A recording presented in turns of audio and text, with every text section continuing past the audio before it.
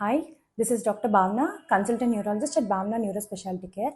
ఈరోజు మనం ఒక ఇంట్రెస్టింగ్ కేస్ ఆఫ్ హెడేక్ గురించి మాట్లాడుకుందామండి.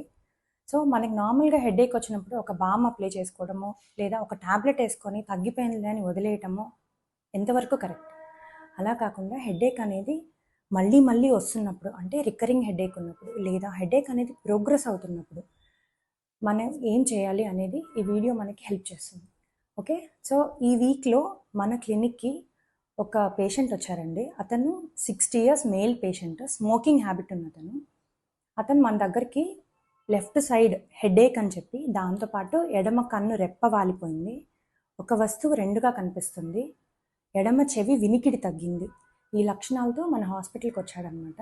ఈ లక్షణాలు అనేవి దాదాపు ఒక 2-3 నెలల నుంచి ప్రోగ్రెసివ్గా ఉన్నాయి. ఓకే, సో మనం ఎగ్జామినేషన్ చేసిన తర్వాత బయటపడింది వచ్చి మల్టిపుల్ క్రేనియల్ నర్వ్స్ అనేవి ఇన్వాల్వ్ అయ్యింది. సో ఎవాల్యుయేషన్ చేయడానికి స్కాన్ తీపిస్తే దాంట్లో మనకి క్యాన్సర్ అని డిటెక్ట్ అయింది.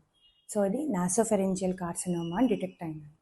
సో ఈ నాసోఫెరెంజియల్ కార్సినోమా అనేది ముక్కు వెనక భాగంలో స్టార్ట్ అయ్యి అక్కడి నుంచి బేస్ ఆఫ్ బ్రెయిన్కి స్ప్రెడ్ అయ్యి ఈ క్రేనియల్ నర్వ్స్ అన్నిటిని ఇన్వాల్వ్ చేసేసి ఇలా ప్రజెంటేషన్ జరిగింది.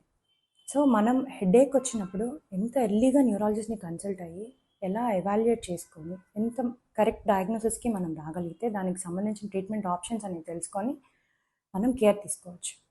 సో హెడేక్ అంటే just migraine headache, stress induced headache కాకుండా ఇలా డిఫరెంట్ టైప్ ఆఫ్ హెడేక్ కూడా ఉంటుందండి. Hope it is useful to you. Stay active, stay healthy.